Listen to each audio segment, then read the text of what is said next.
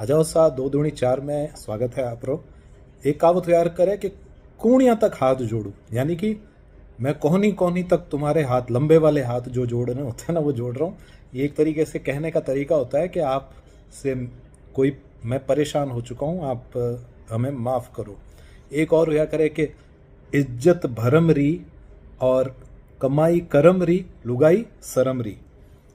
जब तक भ्रम बना हुआ रहे तब तक किसी के लिए आपके मन में इज्जत बनी रहती है। ज़्यादातर मामलों में भ्रम टूटते हैं, इज्जत जाती रहती है।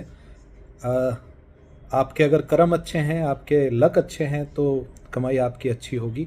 और ऐसा कहा जाता था कि घर में स्त्री है वो शर्म वाली है तो आपके जीवन में सुख है।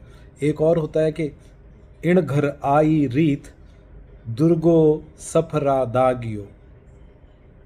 वीर दुर्गादास राठौड़ को लेकर ये कहावत कई जगह प्रचलित है कि यहाँ की तो यही रीत है कि आखिर में दुर्गादास राठौड़ को भी शिप्रा नदी के किनारे दाग यानी कि अंतिम संस्कार किया गया था। यानी कि आप अगर अच्छा करोगे तो कोई ज़रूरी नहीं है कि आपके साथ में यहाँ पर वापस अच्छा होगा।